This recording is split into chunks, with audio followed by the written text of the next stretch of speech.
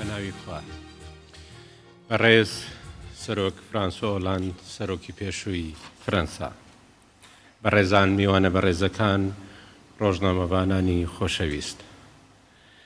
بەناوی تۆڕی میدیای ڕوودا و بەخێرهاتنتان دەکەم بۆ ڕێوڕەسمی خەڵاتی جیهانی شیفاگەردی زۆر سەربڵندین بە ئامادەبوونتە ئامادەبوانی بەڕێز سەرۆک ئۆلاند جێگەی ستایش و پێزانینی ئێمەیە کە ئێوە لێرە ئامادەن بەڕێستان بە بڕیارێکی ئازایانە بەشداری کاریگەری فەرەنساتان لە هاوپەیمانی دژی داعشدا ڕاگەیاند و بەرگری ئازایانەتان لە ئازادی کرد هەروەها گەلی کوردستان وەک یەکەم سەرۆک لێرە لە کوردستان لەگەڵ سەرۆک بارزانیدا و هەروەها لە سەنگەری پێشەوەی پێشمەرگە قارەمانەکاندا ئێوەی لە دژی داعش بینی بڕیارەکەی بەڕێستان لە بەشداریکردن لە شەڕی داعشدا ورد و دروست بوو وەک نیشانگری ورد و بەنێوبانگی فڕۆکەوانە فەرەنسیەکان لە شەڕی داعشدا زۆر بەخێر بێن ئامادەبوانی بەڕێز یەک هەفتە دوای شەهیدبوونی شیفاگەردی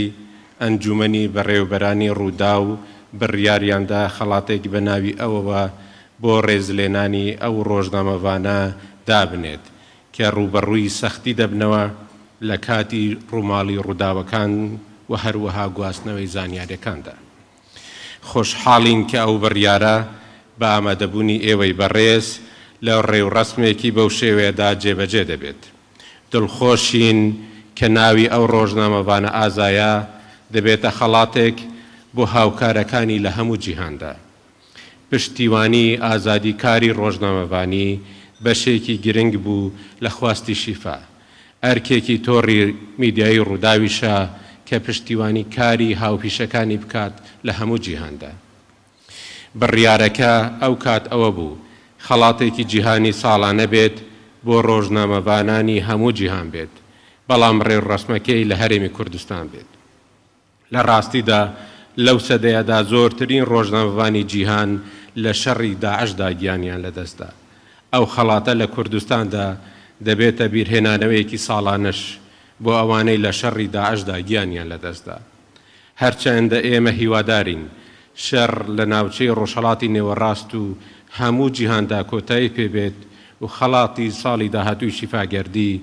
بۆ کاری بنکۆڵکاری ڕۆژنامەوانی ئینڤستیگەیشن جۆرنالیزم بێت بۆ ئەو کارانە بێت کە لەسەر پاراستنی ژینگە و پاک ڕاگررتنی ئاو هەوا و کاری مرۆڤانە بن بەڕێزان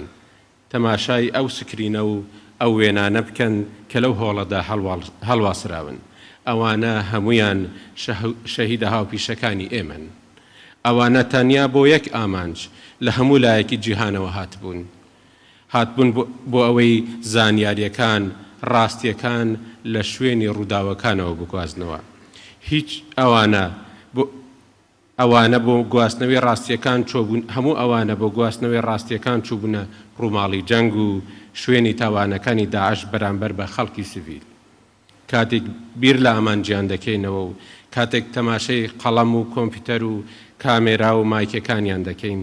دەزانین بۆ گواستنەوەی ڕاستیەکان هاتوون و لە پێناو ئازادی و بەرگەریکردن لە پیشەیی کارکردنی خۆیاندا گیانیان لەدەستدا بەپێی هەندێ ئامار لە هەندێ ڕێکخراوی جیهانی ژمارەی ڕۆژنامەوانانی شەهید لە شەڕی داعشدا 85 ڕۆژنامەوانە بەڵام بەپێی ڕێکخراوەکانی ئەو ناوچەیە ژمارەکە زۆر لەوە زیاترە داعش دوژمنی ئازادی بوو لەبەرەوەش زۆر دوژمنی ڕۆژنامەوانان بوو ئەو دوژمنایەتی خۆشی زۆر جار بەسەر بڕینی ئاشکرا پیشانی هەموو جیهان دەدا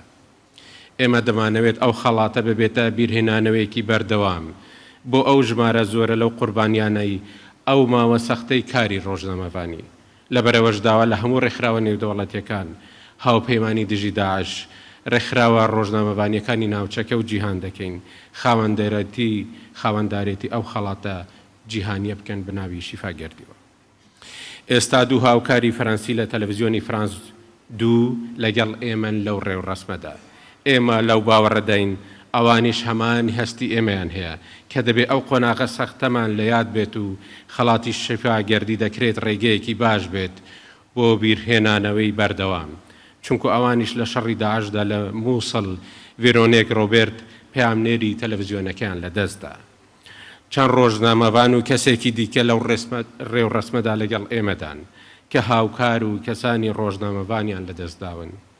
دەکرێت لە ساڵانی داهاتوودا خەڵاتی جیهانی شیفاگەردی بکەینە دەرفەتێک بۆ گفتوگۆکردن لەسەر چۆنیەتی پاراستنی زیاتری ڕۆژنامەوانان لە کاتی شەڕدا ئێمە ئامادەین بۆ هەر جۆرە کارێکی هاوبەشی جیهانی لە پێناو ئەوەی خەڵاتی شیفاگەردی ببێتە پشتیوانی ئازادی و پاراستنی سەلامەتی ڕۆژنامەوانان لە هەموو جیهاندا بەڕێزان لە ڕاستیدا پرسە و خەمگینی نەتەوەی کورد هەموو گەلی کوردستان بە شێوەیەکی سەرتاسەری بۆ شەهید شیفا لە کاتی شەهید بوونی ئەوەی گیاندا ئاستی مانەوەیەکی هەمیشەی لە یادەوەری کورد و مێژووی ڕۆژنامەوانی کوردستاندا هەروەها لەسەر ئاستی جیهانیشدا هەر ئەوەندە بەسە کە ئاماژە بۆ ئەو بکەین ئەگەر سێرچێکی ناوی شیفاگەردی بکەی تەنیا بە ڕێنووس و شێوە ئینگلیزی و عەرەبیەکەی ئەوە زیاتر لە 270,000 لاپەڕەی نووسراوت دێنە بەردەست لە ئینتەرنێتدا جگە لە هەزاران لاپەڕەی دیکە بە زمانەکانی دیکە بەڵام بەداخەوە گیان لە دەستدان و شەهیدبوونی ڕۆژنامەوانان بەردەوامە لە کاتی کارکردنیاندا هەروەها دژاتی ڕێکخراوە توندڕەوە چەکدارەکانیش بەرامبەر ڕۆژنامەوانان بەردەوامە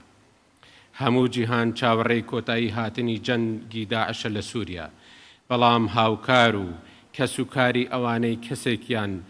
کەسانێکیان لەلایەن داعشەوە گیراون زیاتر چاویان لە باغوز و